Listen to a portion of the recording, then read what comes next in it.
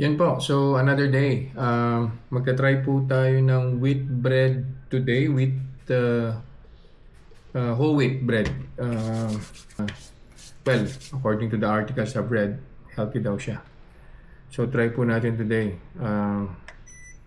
Blood sugar, measure po muna tayo ng blood sugar level. Okay.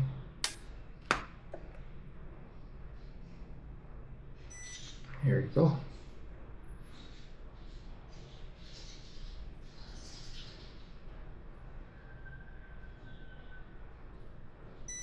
Yan.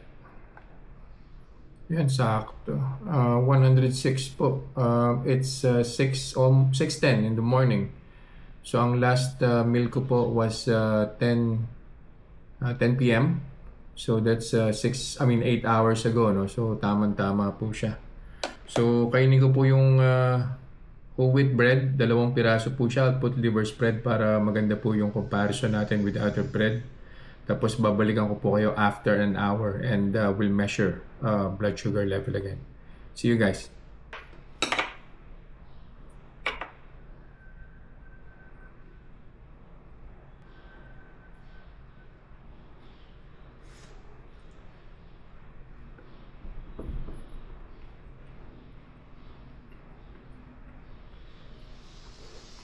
Yun po. So, naka-1 oras na po.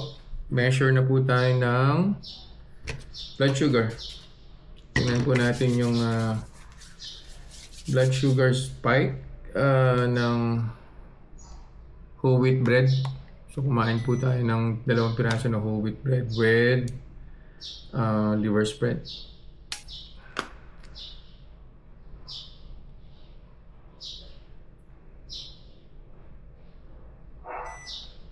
Yan.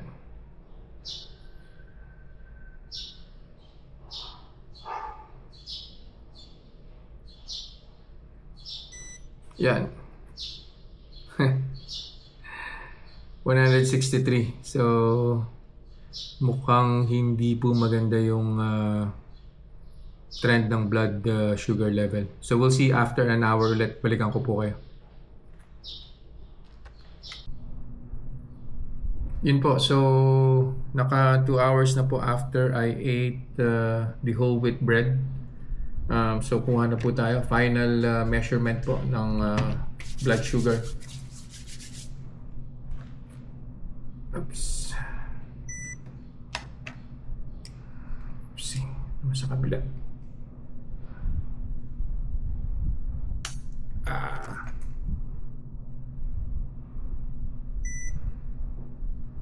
Yan. Tingnan natin kung anong resulta.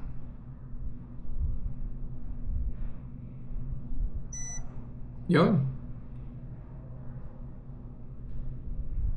158 po yung last reading. So, it seems na konti lang yung binaba niya. So, most likely si whole wheat bread, bababa pa po yan maya-maya pa siguro on the 3rd hour.